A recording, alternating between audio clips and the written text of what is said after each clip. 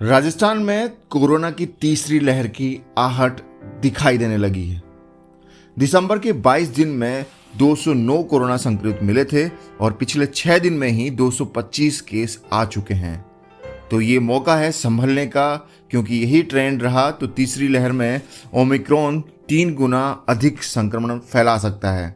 अप्रैल मई के बाद राजधानी यानी कि जयपुर में कोरोना का हॉटस्पॉट बनता जा रहा है। पिछले मार्च में 21 केस आए थे और तब लापरवाही ऐसी हुई थी कि अप्रैल में ये आंकड़ा पहुंच गया था 886 और नवंबर में ये केस पहुंच गए थे 14,000 से भी ऊपर।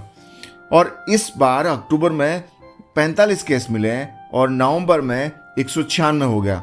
फिर भी लापरवाही पिछले साल के मुकाबले कहीं अधिक नजर आ रही है। इसीलिए दिसंबर में नए केस की संख्या 376 तक जा पहुंची है, जबकि महीना बीतने के 3 दिन बाकी हैं। ऐसे में तीसरी लहर का खतरा कई गुना बढ़ गया है। अब बात करें जयपुर में 7 दिन के जो कितने केस आए हैं उनके बारे में, तो 7 दिन में जो नए केस आए हैं वो लगातार बढ़ रहे हैं।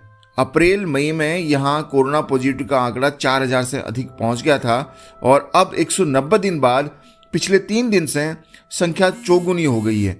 इससे पहले 11 जून को राजधानी में 115 केस मिले थे और मंगलवार को 75 नए केस आए हैं। इनमें 5 जो लोग हैं वो लापता हैं अभी। इन 8 लोगों को घाटगेट के सेंट्रल जेल में जो 8 लोग हैं, जो 75 लोग हैं उनमें से 8 लोग घाटगेट सेंट्रल जेल से हैं मिले हैं। यानी कि अब जेल के भीतर जो लोग हैं उनमें संक्रमण तेजी से फैलने की आशंका है। जबकि अजमेर रोड के एक ही परिवार के 5 लोग जो हैं वो कोरोना पॉजिटिव पाए गए हैं। और ऐसे में न्यू ईयर सेलिब्रेशन का जो मौका है, अगर उसको नहीं रोका गया तो ये तीसरी लहर की आशंका और प्रबल हो सकती है, ऐसा विशेषज्ञों का मानना है।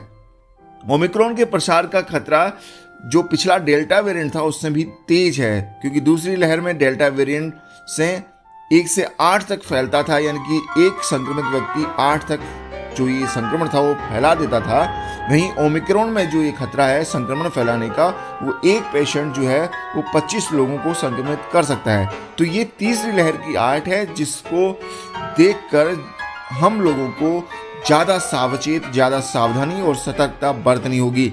अपन को मास्क लगाना अनिवार्य रूप से ये अपने जीवन शैली में अपनाना होगा, बार बार हाथ धोते रहना होगा और बाहर जब तक जरूरत न हो भीड़ भाड़ वाली जगह से जाने से बचना होगा।